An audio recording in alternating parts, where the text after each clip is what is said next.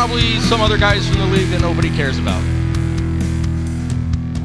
Hockey fans, you are listening to the Circle of Jerks podcast for the Rochester Floor Hockey League, obviously the greatest floor hockey league in the world. This is Pete R. with Jer Bear. We have Cannonball Kurt also here.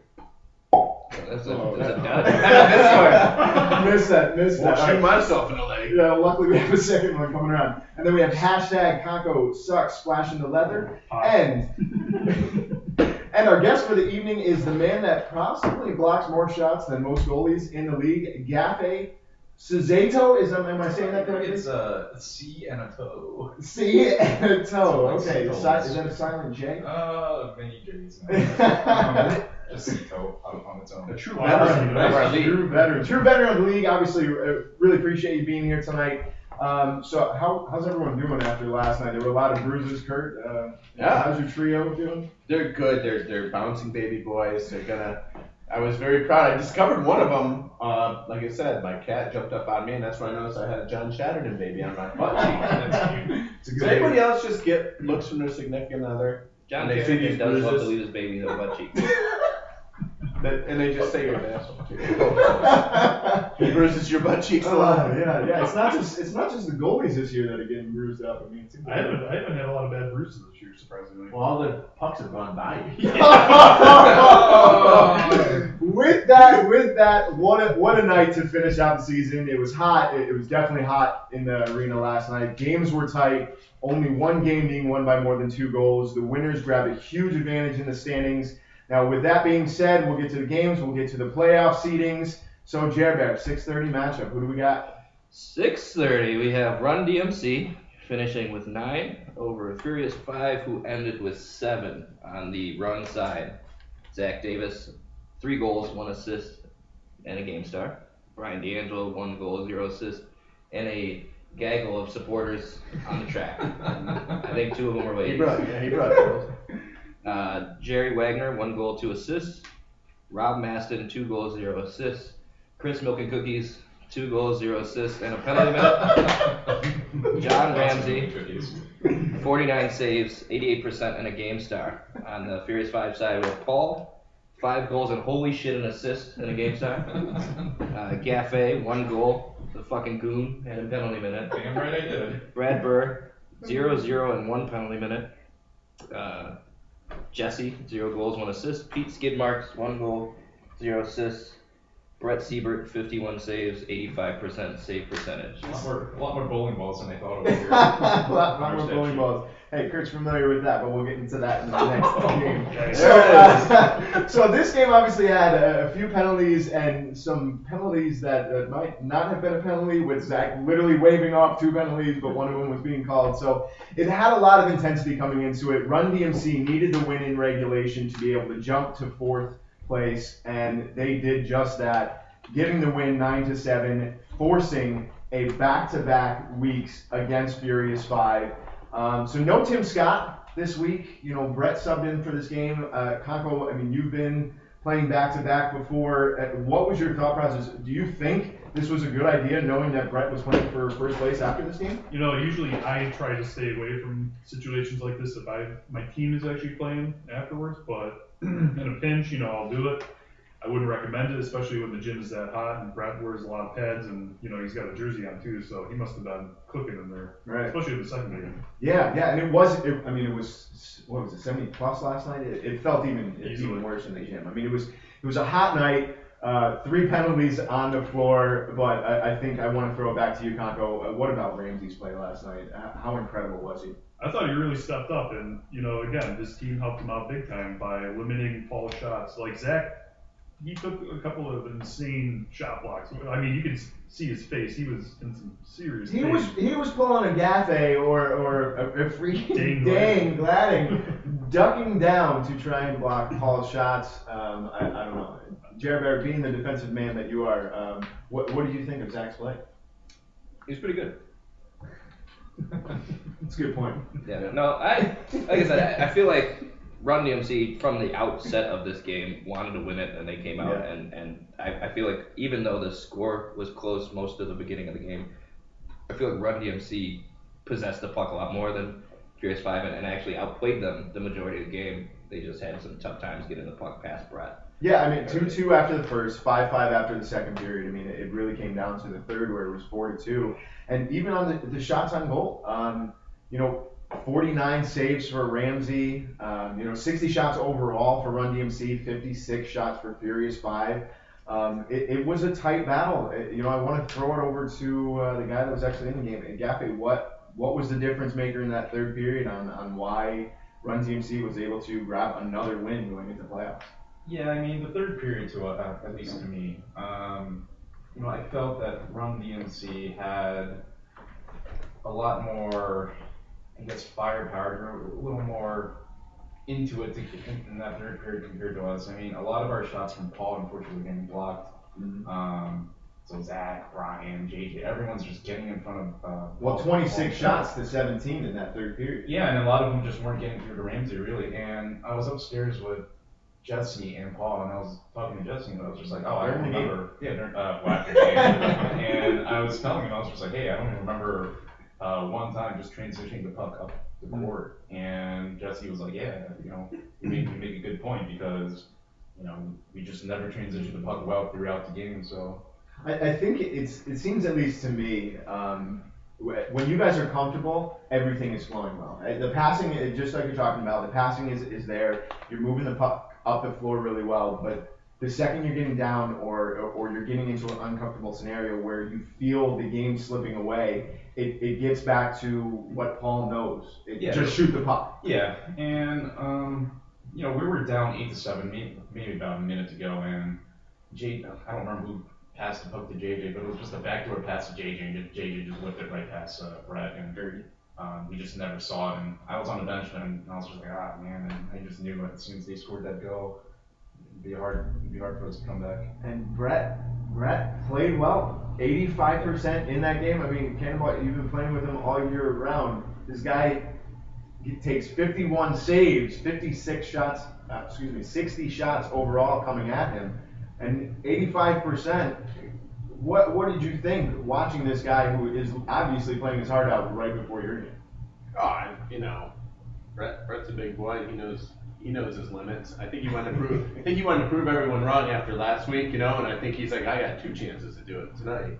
What was cool for me was when I was outside parking, it was in the first half of the game, and man, the cheers coming from, you could hear it as I was pulling into the Y parking lot.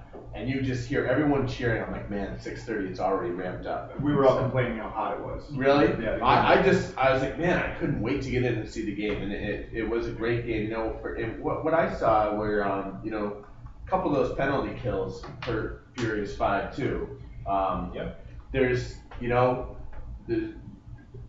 they can go 2 ways, and it usually doesn't go the way you want it to. And I think that helped them get up a little bit. And also, I noticed that the difference I see is Run DMC spreads the love around on the scoring. And I think that's a testament to Zach. Yeah. Getting quality looks and going around with it. The thing is, when we were playing when Zach was on the court, we tended to play him very close, and he obviously has some great and fantastic hands, fantastic stick handling. He can stick handle just the way right around you and just whip a shot from really anywhere, whether it's backhand or forehand, it's just as fast. And obviously Zach creates his own shot 90% of the time, and we're just playing a little too close to Zach, and even if we're playing too close, he just opens up the passing lanes to somebody else. That's why you tripped him, right? When he's sitting there saying, no, it's not a penalty, it's not a penalty. So about that penalty, It was brutal.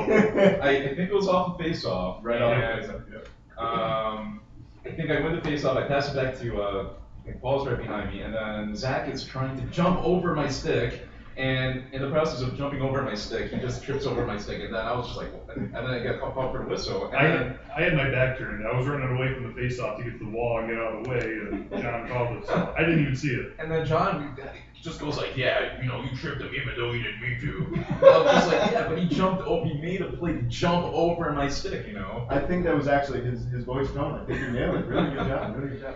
So, that's what I got to say about that penalty. A lot of penalty calls this year that are contested, but let's say something about all the games. It was all clean games this week. I think testament to all the guys in the league.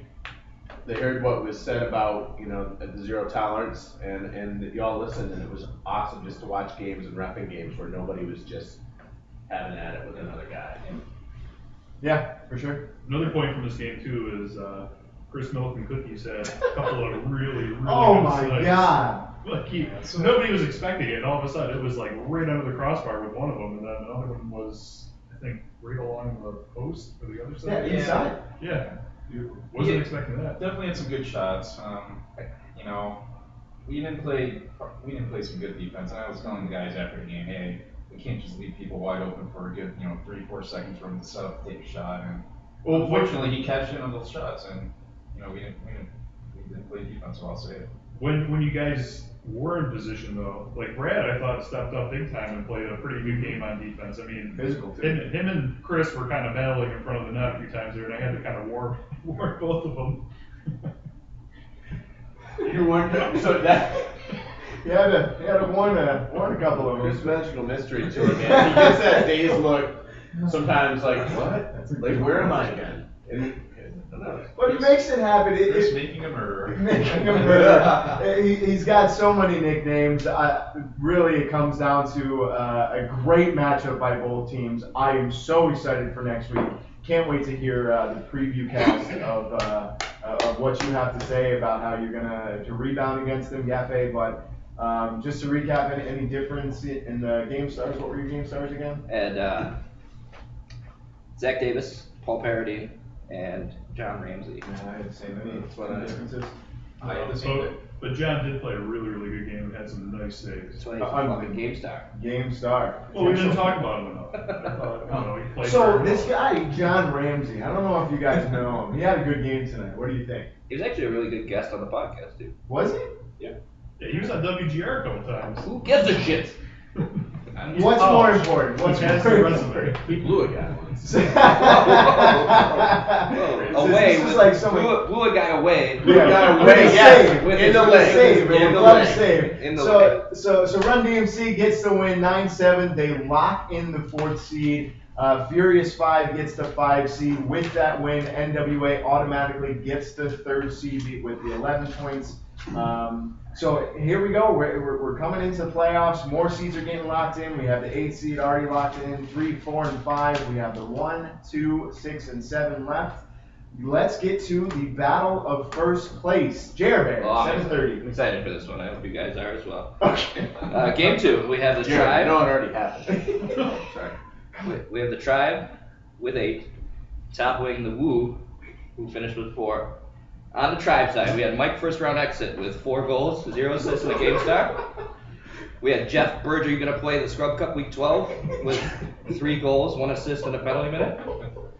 We had John Sucks It's Not Your Year this year, 1 goal, 3 assists. Kurt, but you're not going to repeat, 0 goals, 0 assists, and a penalty minute. And Brett, 75% save percentage next week with 33 saves and 89% save percentage. What about Pat? Pat's, I don't know, who gives a shit. On the Woo side, That's moving away. we have Joe Gant, one goal, 2 assists. John C, 1 goal, no assists. Kyle A, 1 goal, no assists. Bob, fucking nothing. That's why he didn't show up. And Steve K, what the hell? 1 goal, nothing. 1 goal, 0 assists, but somebody can't write properly. And Alex P, 47 saves, 85% save percentage. Oh boy! So another huge game for goalies. Game 1 featured 88 and 85. Game 2, 89, 85. So obviously huge defensive matchups. This game was 0-0 for the longest time. I think for the first 10 minutes, and then it finished 2-1 after the first period. Obviously, then 3-2. But my God, when you hold Joe to 1 goal and 2 assists. Name the last time that happened. I mean, Joe just. Granted, it didn't look like a lot of shots were getting to the net at all. With 37 shots on goal, when is the last time that we've seen that? I mean, Oh, actually, I know. Last time that happened was when Joe subbed for us, remember? You gotta be remembered. Because Paul was down and we needed a sub, so it was Paul, or no, it was Joe, you, and then I think it was like Pete Skidmore and Brad. I already gave the story. I was there. I don't remember now. I don't think I goes. But That the is- Joseph this is Ross really is good. for, like, Really one good goal. story. Riveting. Keep going. But I did take on One a time side a game. note, I did take notes on when people scored because I thought it was so unique that this game featured scoring scoring late into the period, and Joe's first goal in the game came with 2:50 left in the third period. Wow. Actually, Hmm. so that was a special little note for you guys. So I did took you- notes for this game. Did you do it for everybody or just him? Just mainly for Joe. Yeah. You know, Mainly just, for you know, Joe, so because it's Joe. I mean, he tragic, you know? scores. Hey man, when you have you gotta keep note on late periods for sure. I So, said I do, yeah. so you have Joe that doesn't get a goal coming into the game, obviously leading scorer of the league, a late goal. They had a difficult time. To me, it didn't seem like Wu-Tang was comfortable in this game. I mean, back-to-back games where teams not feel comfortable and they lose. Wu-Tang just didn't get enough shots on goal. 37 shots against and 55. You're 18 down. 18 down in the game. I mean, when's the next time that someone's going to win a game like that, Conco? I don't know. This game was so boring that I fell asleep and I didn't even pay attention to it. But looking at the stat sheet, I kind of don't feel as bad for Brett because he didn't see that many shots. So it looks like he didn't really have his work cut out for him. So me, Kevin Parker, and John Ramsey were joking that we wanted our money back from the commissioner, saying that this game was just so boring that it was so hyped up, and with about a minute left in the first period, it was just like, oh, let's just do one. And Kurt, I believe in the beginning of the year, you were harping on me a lot because I said that your team was boring. And now we have two other guys that are saying your team is boring. I mean, what is it? What's your response to We're that? taking boring all the way to the playoffs, maybe. But not very much farther after that. You know, Taking it down to Myrtle Beach. Here's, Taking it down here's to the Myrtle thing. Beach. You just keep feeding that fire, man. It's awesome. Every time you say that, Brett gets like he's like a Godzilla. He takes a He's just deep getting breath. angrier and angrier. You're just feeding. He takes a deep breath. Yes. Did he forget to do that the last time we played him? Oh wow. Which one? Oh, the time we won. Yeah. Anyway. Moral victories. Moral victories. Yeah, it's awesome when they collide with actual victories. No, you're right, Wu-Tang wasn't comfortable. They're facing an MVP candidate who's also a candidate as goalie of the season. And then he's got two defensemen of the season candidates in front of him. Who's comfortable with that? Apparently, that's one thing we got going for us. Jeremy's very comfortable with it. Yeah. Is there any time that you're not comfortable with Jeremy? No. No. it was. I was so impressed. Jeff and Mike might be one of the two most dangerous defensive combinations this league potentially ever has. I mean, you guys. He can play some defense, man. Yes. Where did he come from? I don't know. This Jeff Burge guy can play some awesome defense. Mike Furlano obviously doesn't stop with the puck. He would just bulldoze you to get the puck and score. Two shorthanded goals, and they were both beautiful. I mean, he is at a few times he was just holding the puck to hold the puck, and then when two guys went on him, he realized I have a shot. Puts a shot, both shots go in. I mean, the guy was incredible last night. They're okay. So, Jared, what do you think? What do you think was a reason that Wu-Tang lost the game tonight? Since ATCQ obviously didn't win. I mean, like they said, Wu-Tang definitely didn't feel comfortable in the game, and there is some credit to the defense that the Tribe Called Quest plays. They do play tight defense against the Wu-Tang Clan, but there's a lot of different things. Like I said, there's a lot of times where you're looking at the Wu guys and they seemed out of position defensively, especially late in the game. John's broken stick, a lot of people don't understand, don't realize that when you're so used to playing with a stick, even a stick that's an inch shorter throws everything off. So I mean that was a big impact for him, and I know he was definitely bummed about it. Unfortunately, she wasn't there last night. Yeah, it does have to go. And guys who have been playing with one certain stick for a while, and especially changing it up mid-game at second period, first period even, can really change the way you play for the rest of the game. And they looked out of whack. I know, Kurt, you were really frustrating that team. You had a penalty man on board, but no points. I still, I mean, to me, you were my unsung hero for the game for your team, simply because the rest of the team, I could hear them sitting there just screaming at you because of how frustrated you made them. I don't know if you can control your body or not, or I don't know if it's just a play, but heck, what are you doing that I'm is just working doing so what I do. successfully? I mean, that's why I don't know. I'm just playing the same way I've always played. I get a little frustrated when guys get mad at me because I'm like, I'm not trying to do anything. I'm just playing. I'm playing hard. I'm gonna get so mad at you next week. What? You're just stewing right now, aren't you? As you laugh. I love it. No, but I think you talked about them being out of position defensively. One of the things we really wanted to do was last time we played Wu-Tang, they bullied us around and they pushed us out of the way. We said we gotta give the same thing right back to them. We were able to do that with Bob. People were making jokes about how I was trying to do that to Steve and not having much success. It's hard to move brick wall like him, but we were just trying. I think as Bob said once, they out-tribed a tribe. So I think we out-Wu-Tanged Wu-Tang trying to out-tribe a tribe this time. So dig deep into that. But no, we really tried to use their own mindset against them in this game, and that was our whole game. And your leader stepped up. Yeah, the top two guys that you expect to score the goals, they were the ones. Yeah, so I think short-handed too. Yeah, I think the big turning point of the game came when I don't remember who shot. It was Jeff Burge all the way down the other end. He shot all the way from the other end. It deflects off Joe Gann's stick and into Alex Becker's goal. And I think as soon as that happened, Alex maybe got into Alex's head or something. But that was just such a deflating moment for Wu-Tang, and subsequently from that, he didn't recover. But Alex stood strong the whole time. He did 85%. He didn't let any garbage in. I mean, Jeff had 2 shots from down deep. All your shots are garbage. I mean, I put him down for my unsung hero for Wu-Tang. I know we do talk about him a lot, but this game coming into it, he's getting peppered with shots. His team is not getting shots on goal.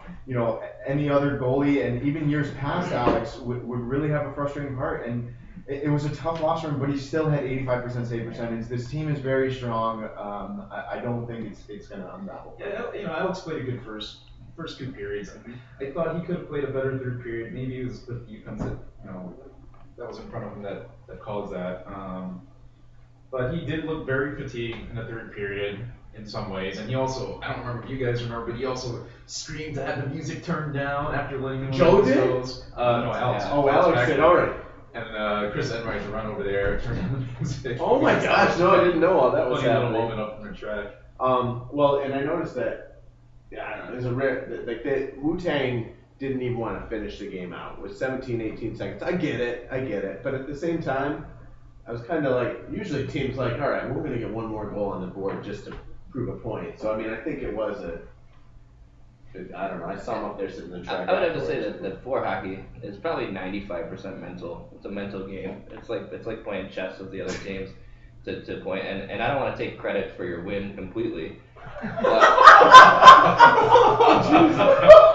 before the game, I definitely went over to Kyle, who already has a boner for Strachan, and asked him if he was going to shut Strachan down that night. And he tried his damnedest against all of the wishes of his teammates to shut down Strachan. He did. He shut down Pat. Hardcore. Yeah, dude. He was telling me afterwards. I shut Pat down. Pat didn't even show up. But unfortunately, Strachan did finish one at the end, right before the time expired, and Kyle, I don't know what went home and did whatever Kyle does. Round in a wheel. Well, ultimately, that's the game for the first place team. You have ATCQ finishing at 9-1. Wu-Tang is the second place team. Yeah. There's a change up here. We got something from our stats guy sitting over here at the big It computer. also says we're going to talk about it later. Just stick around and find out. Go ahead. Well, Am I allowed to Joe was Joe was the leading scorer for the season in total points with goals and assists at the conclusion of his game, but he does not retain that title. So you got to stick around and find out because there's a change-up that happens later on in the night. So there you have it, folks. That's the 7:30 matchup. 1, 2, 3, 4, 5, 5 and 8 are now locked in playoff positions. The 6th seed and 7th seed is up for grab. Could this be locked in the 8:30 game? Jared Bear, let's get to it. It was actually locked in the 8:30 game. What? There was a decision as to who was going to be in what spot. Who won it? Who won it? What? We do stars. Oh, did we do game stars? I mentioned them. Game stars I did were- say them. Nobody rebutted, so I'm assuming they just agreed. I had all 3 going to the tribe. One for Mike, first round exit.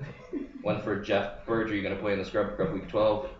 And one for Brett, 75% save percentage. I had the same thing. Same. Yep. Oh, and just for a quick note, I did want to mention the unsung heroes for the first game. Chris Magic Mikesky for Run DMC, 2 beautiful goals to what Conco was talking about, and actually Jesse from Furious 5.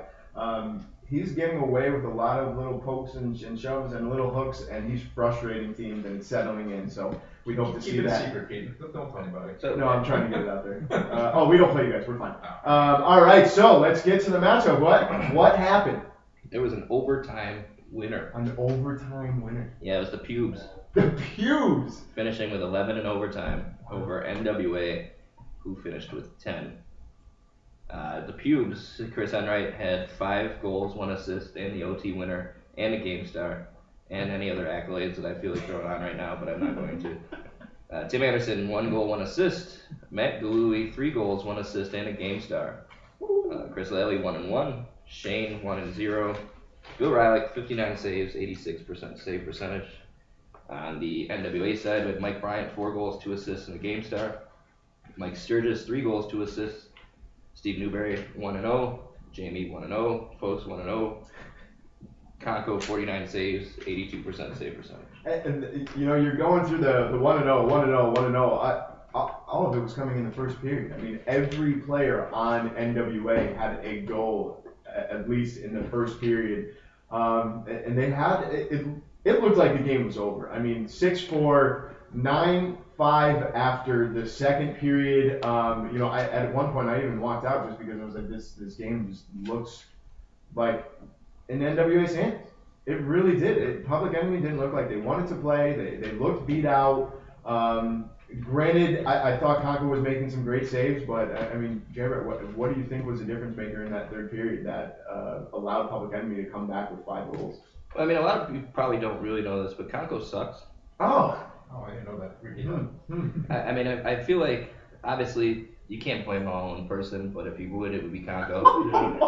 And he let in a lot of goals. He let them back into the game. Obviously, your team had He has no bruises to show for it. I also recorded the overtime, so Conco can replay what Oh, happened. my Oh, boy. Jesus. No, I mean, all joking aside, Conco, you're fucking terrible. No. But, I mean, the whole time I'm watching this game, I'm kicking myself because the first time I've ever picked Public Enemy to win a game, and they're fucking me. Probably in spite of me because I've never picked them before this. But then, the magic happened in the third period. Enright started finding the back of the net. Tim Anderson had his lone goal. Matt Galooly had a couple of snipes. When the Public Enemy is on, when they start to find that shot and they start to hit the back of the net, they're hard to slow down and hard to stop. And that's really, was the difference maker and really pushed them to that overtime winner. And that's their first period. I mean, they're so strong on the first period. First and second period, they're +3 and +5 on the season. Third period, though, -8. Overtime, obviously 2 losses. So they're having a difficult part closing out games. But granted, I mean, they're still the number 3 seed. They couldn't move up. They couldn't move down. Does that really come into play? You talked a little bit about Tim Anderson. He's such an unsung hero for me for Public Enemy, just because he battles through and through. That guy, every time he's on the floor, he hustles, I think, more than anyone can hustle. He might not be the fastest player out there, Kurt, but he's a lot like you. He's running around and diving and getting He's past actually you. on the floor a lot. He's on the floor. And he's also a goon. And he's also a goon. So being in that mindset of that type of player that's pushing themselves every second that they're on the floor. What does Tim add to this team that was able to get them over the hump and get them that 11-10 win? Well, I think from what I saw, we were all watching this game, and all just knowing we were in the right place to be, because it was a fantastic game. Yeah. Tim basically creates opportunities for Chris Enright to get a shot off. When he gets up there, he's a ball of confusion for everyone, and he's got a shot on his own. What, you don't think so? I'm just irritated. Oh, wait. Well, and here's another thing I saw in that game. Fern Gully was left open way too much in that third period. I couldn't believe it. I kept thinking, everyone knows he's got a laser of a shot. Apparently they wanted to have an expo because he put 3 on there, and it was. He's so assured and confident in doing it, and I just don't know why I didn't have a guy up on his stick. Other than that, like I said, best overtime of the season, I think. It was the most exciting. I hate the ones that are done in like 30 seconds. Well, yeah, there was 3 shots aside. Yeah. 3 shots aside. Well, they had 3 saves aside for each team, and then obviously one going through there. But then you look at Public Enemy. I just talked about the goal differential per period, -10 in the first period, but then +5, +7. They're such an aggressive team. They play really well. Gaffey, what do you think of this game and what Public Enemy brought to the floor?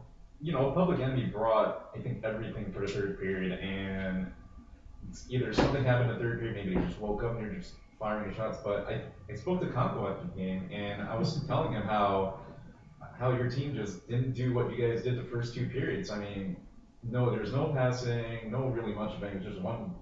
Shots from a long angle, 4 long shots from a poor angle, and that's what really killed you guys. You guys did not rotate the puck like how you guys did in the first and second periods, and I thought that was just the main difference of why you guys gave up 5 goals in the third period. Yeah, there's a couple things with this game. So, I forgot my glove. I was airing it out and everything that day because it was such a nice day. Forgot my glove and I had to borrow Kenton's. I think we all know what happened later that night. I'm kind of blaming that on the glove. Okay, so besides that, just to get that out Better of the than way. having a stick that's in the Well, Ken's not here, so we can blame him, obviously. No, okay. I got his poison ivy. Yeah. Did you? Yeah, Just not in your hand? yeah, he was using powdered sugar on his body. Did he slide better? Yeah, so it slides better. Or was it to just So he distract me? tastes better when you slide into him in the net. He was trying to distract me in our game Distract you? by smelling like powdered sugar. Yum, yum, yum, yum. He's like, it's a jelly donut. And now you know I had 7 points. There was guys to that point. Alright, so Tyler, finish your. Okay, so we came into this game with a really good plan. We had kind of been working on our chemistry all season, and we tried to do some new stuff this game. Had some plays set up, and first 2 periods it was awesome. We were sticking to our game plan. We were playing defense the way that we drew it up. Everybody was hustling. We were doing everything right. Third period, we just ran out of gas. We reverted to the team that was last week, where we were taking stupid shots that we're just throwing it at the net. We weren't passing it. We were just dumping it in, causing turnovers. We weren't playing defense like how we talked about, where we're challenging the shooter, we're forcing them down the lanes or down along the wall. And granted, they did get some nice kind of lucky ones, but then I got weeded too in the first period, like where I think it was Jamie or Sturgis. I don't know. Somebody got one off of Bill's back. And we got some lucky goals in the first, but then again, in the third, there were some times where I didn't see them. They snuck in. I think Matt sniped one with Shane right in front of me. Yes. And there was only a little sliver of net open. I couldn't see anything. All of a sudden, I just see the puck going right by me as I was looking around Shane. And there was another one in the first where Laley just swatted at Mike Bryant's when Mike Bryant had it, and it just shot him back in the net. I wasn't even ready. And I think there was one more that was like that. So any of those goals could have been the difference in the game. I think you just named out like 12 goals. Any one of them could have made a difference. One thing that I like though about the game, there was a few things on your side. I mean, Foes, I have to talk, unsung hero of this game for your team. This guy slides all over the floor. He's really taking part in Kevin Parker. I mean, he's not playing goalie, but he's still blocking a lot of shots. And I don't know if he's just screaming at the puck to try and block it too, but that's working. And one of my favorite moments about the game was Steve Newberry officially succeeded in the Zach Davis stick flip. Who was it on? Double times, I think. It was on Duluth. It was on Duluth. That's Is incredible. that the one where Galuli's stick actually hit the ceiling? Yes, yeah. That was Oh, crazy. man, it was so incredible. I wrote it down over here in my notes. It says Stevens' best Zach Davis impression. See, I didn't see it, and I thought it was Steve's stick, so I raised my hands up in the air like, what the hell? Because Tim Scott was telling us in the first game, like, hey, you guys got to watch that because that's a penalty. So I'm raising my hands in the air like, what, you're not going to call that? And then it was from under. No. I think he was talking about because Paul lost his stick and then they shot his stick across the gym after it was on the ground. Yeah. So like if you lose your stick, it's one thing, but if you're actively moving the stick away from the player, that's a penalty. Well, I thought Steve lost it and Matt did, so I was all. Yeah, it hit the what the freaking hell? ceiling. It was awesome. But that's the way he's game. We talked about it week after week. The guy plays good. He was Granted, tenacious as hell last night. he wanted it. Yeah. He wanted to win. He wanted Steve it. Newberry. And you guys couldn't move up. You guys couldn't move down. So is that something that we talk about? Maybe that really gets into the back of your head. Hey, listen, it really doesn't matter if we win or lose this game. No, I think we'll be okay. We know we can build off this. You hear that, Matt? Emotionally, mentally. Well, you're going to need it because once again, two teams that played each other this week are playing each other again in the first round of the playoffs. You're playing up. I'm so excited about this because we have two guys here, part of those games, that have just talked about being frustrated with the loss. I can't wait to see the preview podcast, see it specifically because I'm going to be here, and I hope you guys enjoy listening to it. We're gonna put it in Braille on the YouTube. In high definition, it's going to be great. So that's the 8:30 game. The week, as far as the 3 stars, we had Chris, Mike, and Matt. Yeah. Yep. I had Bill. I had Bill Chris, as well. Bill, and Mike. I had Brian. Chris, Bill, and Mike, Brian as well. I just thought Bill, he looked deflated at the end of the second, and it was a really impressive step up on his part for that third period. And I think that's a. Did he actually step Very up? solid third I think he was still on. Yeah, he was still on his knees. He was on his knees in that second, and he just was not getting up. But boy, he locked it down. Yeah, you could tell that Right, he was right. definitely tired throughout that game. But the first 2 periods, we got some lucky goals on him. Well, he And I said think when in he the was third, lying he down. just started shutting it down. And then in overtime, we couldn't get a good shot off on him, and he was making some pretty good saves. Well, he said his buzz had worn off. That's what he said when he was walking out that night. He said my buzz wore off in the third. Well, obviously the stat keeper is the only one that the 3 stars matter, and I agree with him, so I'm happy about that. So we've had a lot of great defensive battles. The seedings are locked in. First place goes to ATCQ. Second place goes to Wu-Tang. Third place is NWA. Fourth place is Run DMC. Fifth place is Furious 5, which is kind of funny, 5 and Furious 5. Sixth place is Public Enemy. And then we have 7th The Roots. This next game did not really matter. Sugar Hill Gang, as far as the standings are concerned. But if anyone was looking for an offensive battle, I think we got it. Jeremy. Oh yeah. Game 4. We have the Roots fucking losing with 16 goals to the Sugar Hill Gang, who almost fucking lost. Because they if there was any game where both teams deserved a loss, I would say that it's probably this one. But That's fair. I digress. On the Roots side, we had Peter Lunchmeat, 7 goals, 5 assists in a game start. Dang, 2 goals, 1 assist. Andy, Steve Schultz, what the fuck, 5 goals, 0 assists. Andy has probably scored the most on Steve Schultz, I think, in 2 combined games out of anybody else. Ian Smith, 2 goals, 2 assists. Kenton, 50 saves, 75% save percentage. On the Sugar Hill side, we have Johnny Just Curious, who we play week 12, 6 goals, 1 assist in a game start. We had Kevin putting away at least 4 next week, 5 goals, 0 assists in a game start. We had Kevin blocking all the Roots shots when it matters, 2 goals, 1 assist. We had Jeremy Bain of the Roots existence, call me Roundup, 4 goals, 3 assists. And Steve shut out in week 11, 44 saves, 73% save percentage. All right, so we'll come back to Jer Bear and I. Obviously, a big offensive battle, but I want to throw it over to the guys that were watching this game before we kind of close it out. Let's throw it over to our guest, Gaffy. What did you think of this game? Did you have fun? It was a great game. It was a great game. I took the stats as well. A great game in terms of stats. A great game in terms of excitement, especially what happened in the third. And the way it was finished with about 5 seconds left to go. Gianni with the slap shot, and he finished it wins the game for you guys for Sugar Hill. And watching and doing the stats, I did not expect you guys to win after that horrendous second period that you guys had. Yeah, but have you been watching us all season? They didn't win the second? I actually looked at the stats afterwards. I'm like, how do we do in the second? Because I was genuinely curious, and then So decided to. what was funny was in the first period there was at a certain point there were more goals than saves at one point. I think you said there was 3 goals and no saves. No saves. 3 goals and no saves, and that was maybe about 5-6 minutes into the game. I just thought that was just hilarious. And That's what I call a goalie battle. big goalie battle. And even the way that the first period ended, it was 6-6, and each goalie had 10 saves each. 16 shots on goal, 6 winning for both sides. It's funny. I talk about it each week. I actually thought defensively we were playing pretty well. I thought there were more shots on goal. But I'll get to my points in a little bit. Kako, what do you think of this goalie display? Well, I was eating cookies because Steve had made homemade cookies for our team, so I What was the hell? having cookies and talking with my team for the first period and a half. And then, Were they as follows? Were you as oh follows? no, I wish he had brought his ball, but obviously on the score sheet that didn't happen. Bowling balls. His balls are majestic.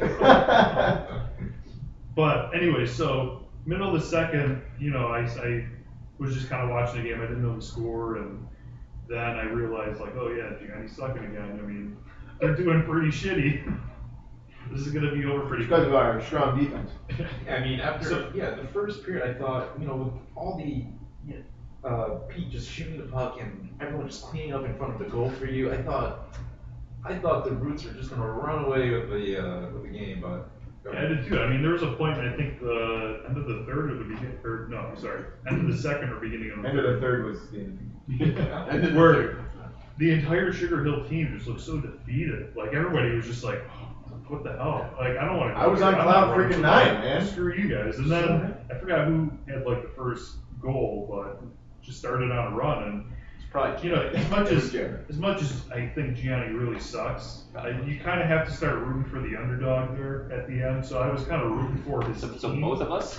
I mean, maybe the itching got to Kenton and in certain areas, maybe that's why. That powdered sugar ran down his arm and fell around. Yeah, I think it was, it was a scoring bonanza in the third. It's almost like, let's just see how many goals we can rack up. We said it's going to be a high-scoring double-digit game, and it did not disappoint. But I think, like I said, Jeremy, I was shocked when I was looking at the stats. I didn't realize you had as many assists. I knew you had goals, but I was a 7-point outing. I knew. You should probably start taking baby aspirin for next week. And he's setting you up, man. I You're know. setting him up I all know. day. He is ready to play you guys. You think? This game, coming into it, it's the reason I picked Sugar Hill was because the way they played ATCQ the week before. After the first 2 periods, they were not the team that they played. They were not the same team from last week when they were playing ATCQ. Our passing was there. Everything was going in. Our shots were going in. I was really comfortable with the way our guys were playing. Really excited about it. Combined 12 goals in the first period. Combined 12 goals in the second period. But the thing is, the toughest part about playing Sugar Hill Gang is that, yes, they lose the second period. But in the third period, again, we let in 9 goals both games against Sugar Hill Gang. You came back against us in the first game. It took us to overtime where we won. In this game, 9 goals to our 3 goals in the third period just completely shut us out. Javier, you had this look on your face in the third period that you were ready to win this game, and obviously it showed up. Gianni had 5 goals and 1 assist in the third period. You had a great third period, blocking a lot of shots, but only 1 goal. But you really started off. What was the reason that your team was able to come back and win this game? I don't know if you guys have ever seen the movie The Great White Hype. I'm sitting next to it. So I'm gonna liken Gianni to Damon Wayans in The Great White Hype, and if you've never seen the movie, basically it's about boxing promoting and things like that, where they get this like chump white guy boxer who comes in and they're like billing this fight to be like a mega fight, and you know, fight of the century, upset of the century, and then David Wayne goes, "Oh, you're just trying to embarrass me on live TV," and it just knocks him out immediately. Actually, it was nothing like that. This game was fucking awful. I wish I never played it. It made me rethink some of my life choices. Like, I probably should have stayed in school and got a degree and not playing that game ever again. But no, I mean, it definitely was a wake-up call. I feel like we kind of, once we heard Austin wasn't going to be there, kind of went in and expected kind of a gimme game where we were just going to do whatever the hell we wanted to. And no Dave King there. It backfired on us big time, and, you know, I think just the pure disappointment of that was a wake-up call for all of us. Nobody really even had to say anything like, this is what we need to do to win this. We all kind of knew, and then shit just started clicking in the third period, which came up huge for us. You didn't really stick to your game plan for the season too well, though. These last 2 games, you've kind of blown it. We already locked up the 8. I know, I'm just saying. You're not really good at following through, though. Yeah, well, they got exactly Yeah. what they were looking for. You know, the standings didn't really it didn't matter for both of these teams, but Gianni came up to me. This is all about stats. You know, this first game is this final game. We just want to make sure let's score a lot of goals. Let's keep it clean, though. He made sure to point that out to me. I thought it was a pretty clean game. I don't know but any penalties. very clean. No. I think everyone was just like, let's shoot the puck and. In fact, I thought everyone played a little too off of everyone because everyone had such great shots and great looks at the net. Kevin kept coming up to me in between periods, like asking if I found his number yet after I was like 3 goals deep, and I'm like, what the fuck are you talking about? Like, clearly. That third period, I mean, it didn't really matter. Ken thinks his number's unlisted, but really it's written on the bathroom stall. Hey, you know, here's the craziest part of this whole night.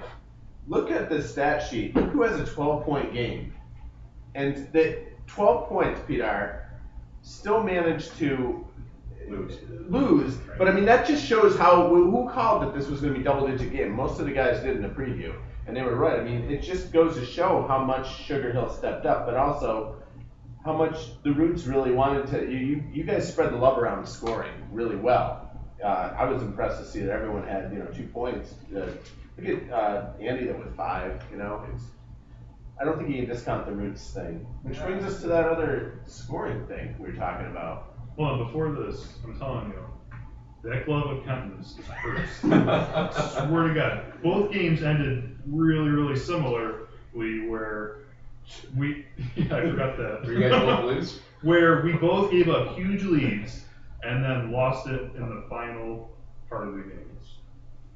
It's that fucking glove. It sounds like a Hardy Boys novel. Maybe that's what it is. Maybe I should buy a new glove. I just wish the Roots played some better defense. I wish, Pete. We talked about this after the game. And I was just like, I just don't know what to do. And you said to me, just gotta block shots. Just go block the I'm like, shots. okay, tell me how to do that. And you're like, stand right in front of it. I'm like, what? So You guys are all running around all the time, like you're always mobile. I just thought that Gianni just had so many good looks into the net, and unfortunately, the long shot just not in. Unfortunately, just like No matter how bad you suck, if you have an open net like that, I mean, there was one where he actually did miss, and it was pretty funny. Yes, he did. He did. He was on the left side of the net, and I'm literally standing there, and I'm like, there goes the pass. I was like, oh, and then hit the back of the net.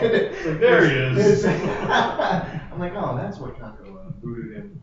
But I mean, that's it. 17-16. No Austin for the Roots. Talk about the 3 stars of the game. You had you didn't give it to yourself. No. You gave it to Kevin Parker, Gianni, and You. Okay. Well, I'm actually giving mine to Andy. I don't know if anyone saw it. He posted on Facebook, but disc golf is one of my favorite sports, right alongside with hockey. And he took my picture that Kurt took from this season, put it on a disc, and he was like, I really want to pump you up for tonight's game. I want you. So here you go. So he was talking to me before the game. So I'm really pumped for him. I got to give him 3 stars. Obviously, 5 goals in this game. 6. Yeah, I'm taking the Zach Davis approach. Gianni had an awesome night, but Jerry, you were the difference maker. I thought that Parker had a great game. Obviously, 5 goals on the night. Broke us down. If by difference maker you mean the reason why you guys put up 16? Yeah. Yep. That was a difference maker. It was a difference maker in one regard because Pete, to get back to our other point, you surpassed Joe in scoring tonight or last night. 78 tonight. points. If you play your Well, I don't know. We don't know. Joe's not here. You could have 3 My dates girlfriend tonight. is coming into town tonight. 78 points. You're Joe lucky finished night with 74. After the 12-pointer? Yeah, I would trade it in for wins. Check for I'll tell you what, though, check for like, late periods. You ever go and try to like brag to your lady about the night that you had points wise, and they clearly don't give a shit. They're like, you play in a recreational hockey league. The reason that the reason that that my girl is so great is because she fakes it so well. Nothing? Come on, that's No. enough for you guys. I'm Come jealous on. of you. My wife looks at me in the morning when I'm in the bathroom getting dressed. She's like, "You guys are assholes." That's all she has to Man, say. she's so Because- excited. Yeah. She wants to know what the score of the game was. Give it like a year. Yeah, all right. Yeah, we're less than a year in. So First rule of Rochester Men's League Hockey is there is no Rochester Men's League Hockey. I'll be there. Unsung heroes for me. Dang, that guy. I don't know why he does it. Time and time again, just leaning down, taking shots off of his body. It blows my mind. And I know you gave Kevin Parker the game star to me. He's my unsung hero because I had to give it to you. 4 goals and 3 assists to his 5. Unbelievable offensive night. What do you guys think as far as the game stars on your end? I had the same as Yeah. was it Jeremy, Gianni, and PR. So As much as Gianni stuff. the same as everybody but me. Andy and Kevin Parker both were up for extreme honorable mention Yep. tonight. Because I mean, those guys both and Kevin Parker have 5 points tonight. I know he was over the moon about it, and as he should be. I also want to mention there was an awesome play in there. Is what I had maybe as one of my plays of the week was a combo. Dan deeped so successfully around Gianni and toasted him. And did it so assuredly, and then he had a pass from the corner that went over to you, and it was right in the net, and it was clockwork. Beautiful. So I mean, But let's talk about Props how to bad Gianni Dan. looked there. back to Gianni. That was great. Yeah, I mean it was great, and going back to the scoring point, Bob's actually chiming in here a little bit from the Facebook world. I think one of the big differences is Joe had 74 points and I finished at 78, but look at where our teams are. Wait a sec. Did Ian play this game? Yeah, you play. Why isn't he on the stat sheet? Yeah. Oh wait, yeah. I thought this said Jan. He has 2 and 2. That's how close I'm And that doesn't stand for gloves, man. 2 and It's 2. awesome. It was a good game. So that's really where we're at. So we talked about a couple plays of the week. Well, actually, let's get to week 3 stars. Who were your week 3 stars? 3 of the week, I got John Ramsey, Brett Siebert, Chris Enright. And right, any changes there?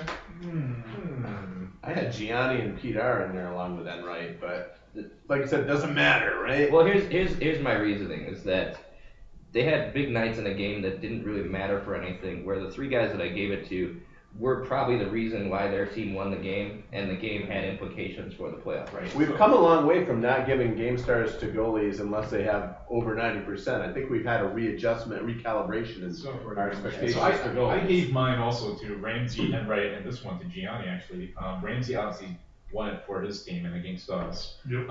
Enright obviously winning it over Congo. Sorry. And Sorry, I should have had it. and Gianni over just scoring 5 in that 3rd period just being crumbling the hopes for you, Pete. I mean, the crazy thing about it is like when you say like 5. sucks. Maybe that's When you say 5 in the 3rd period, it doesn't sound as crazy as it was because you're thinking about a 15-minute period. But we were down 5 goals with like 4 minutes to go. Exactly. You topped the comeback that the game before you had. Gianni was the one to tie it, and you wrote down the notes where Gianni was the one to tie it, and Gianni was the one to win it, to score. So definitely one of my game stars for the week. Ramsey had some unbelievable saves on Paul and on me. Paul must have had 4 breakaways on Ramsey. Ramsey saved all of them. Yeah. Ramsey saved my breakaway that I had on him. And Enright obviously with his 2 crisp passes to Matt Galuli, finding top shelf on Conco, and then on his finishing touch in overtime over Conco's glove hand as well. Yeah. So I thought that was. It's just a parade of hits coming out of Gaffey's mouth, isn't it? I couldn't. Just putting everyone building down them up for next week. That's good. This was probably the hardest week that I had to pick stars of the week for because of how many worthy candidates there were. Like Pete had a 12-point night. I think that's tied for the most points in a week this season so far, and he got snubbed on a Game Star. I gave him a weak start. I think if the Roots ended up winning, I would have given it to But Pete. But then you got to look at Brett in the battle of number ones, holding the other team to 4 Playing goals. his second game. Yeah, on his second game and taking the number 1 seed, I couldn't. I guess I even Playing like an MVP candidate from what I can say. Playing like an MVP candidate I took against the MVP candidate. I took my weak start away from Gianni because that deke that Dan Gladden had on him, the fact that he missed that open net, I can't. So I'm glad I mentioned it. Let's get into plays of the week because obviously it was someone's play of the week already. My play of the week is actually brought to you by OMG.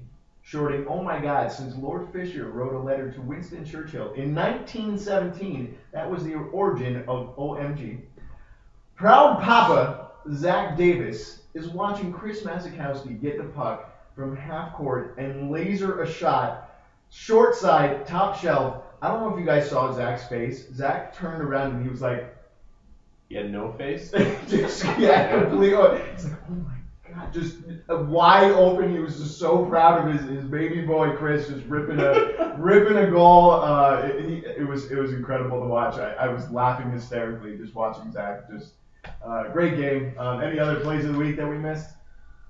I had one. It's brought to you by C&H Powdered Sugar.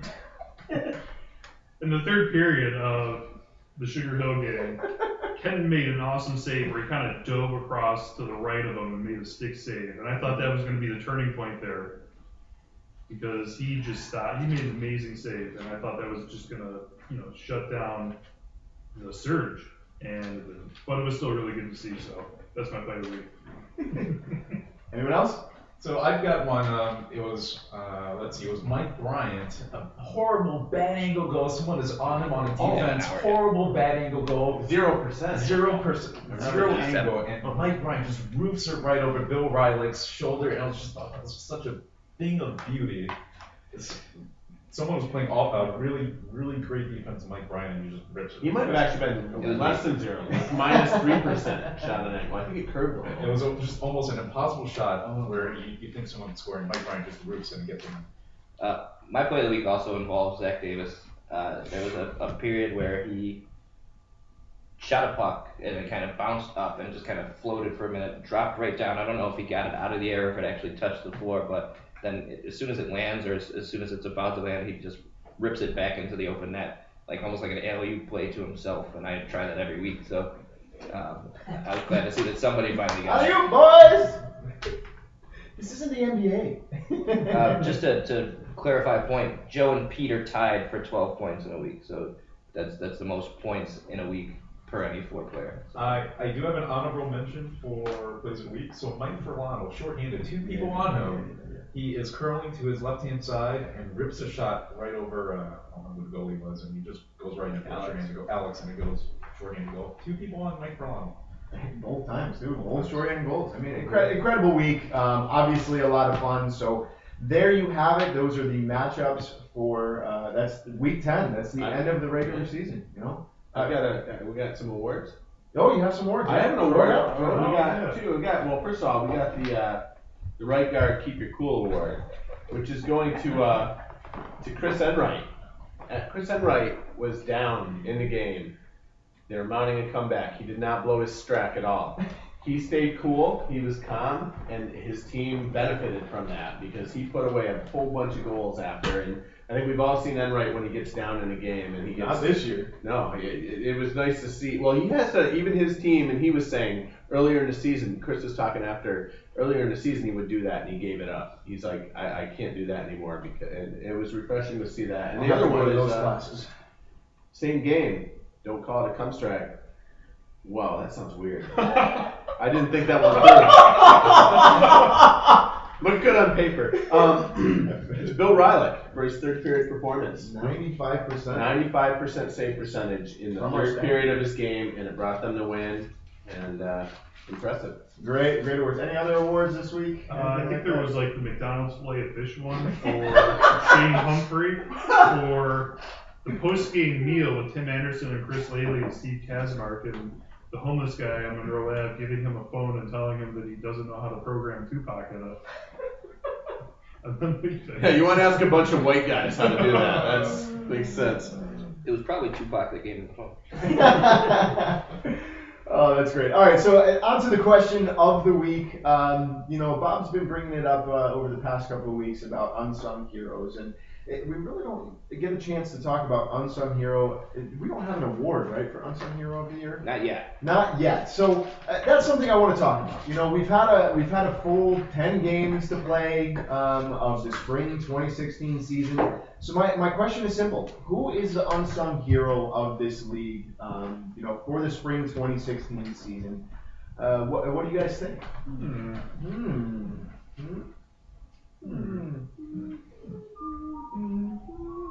J.J. Watt's one of them. J.J. Watt.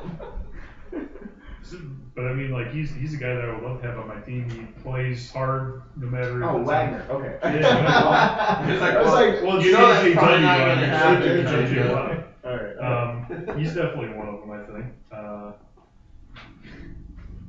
Jeremy's telling me he's one of them. Well, is he yours though? Is that the guy that you would I pick? don't know. I'm You're gonna debating. think about it. So There's a couple. I'm actually gonna jump into this here. I didn't think about it ahead of time, but when we're talking about this podcast, there was a name that kept coming up, but we really don't mention him enough about his team. We always talk about the leading scorer of his team, always being the guy that's really taking the lead and always the one that's on the floor, running his heart out. But Matt Gully, Fern Gully, man, he I think is the unsung hero of this league, because you have a guy like Chris Enright who's playing a full 45 minutes of the game, and there have been multiple times this year that I'm sitting there and I'm seeing his team down, and Gully steps up and scores a hat trick in the final 2 minutes of a game where they're down, or have a big week this week in the comeback. To me, I think Gully deserves a nod for unsung hero of this league for spring 2016. And he brought cupcakes. And he brought cupcakes, so that's hey. It's And he always- won Foley last week, too. Oh, dude, yeah. I think that's maybe the reason that I'm actually picking him for this week. But what do you guys thoughts? I'm going to go with Andy because I think that, he's been able to put up offensively this season, and he's also very tenacious on defense. And he's always sprinting and giving it his all. I think if he works on a couple things, maybe defensively as far as positioning goes, forcing guys to go a certain way, things like that, then he's going to be a real force. I'm going to go with Kevin Baldwin. I was talking with him last night. He was saying he's used to having a lot more points, as we were discussing earlier in the podcast season. He's not used to being on a team that has lost as many Sugar Hill was doing earlier in the season. But last night we were over beer. He was saying, no, I just want to do what's best for my team. And if that means me playing some shutdown defense, and I'm happy to do that, I don't need to have a lot of points. And he's proven that. He was all over the place last night, helped Sugar Hill get the win. Not in points, but in stopping points from the Roots. My unsung hero, I'm going to say Jeff Burge. What a great guy he is.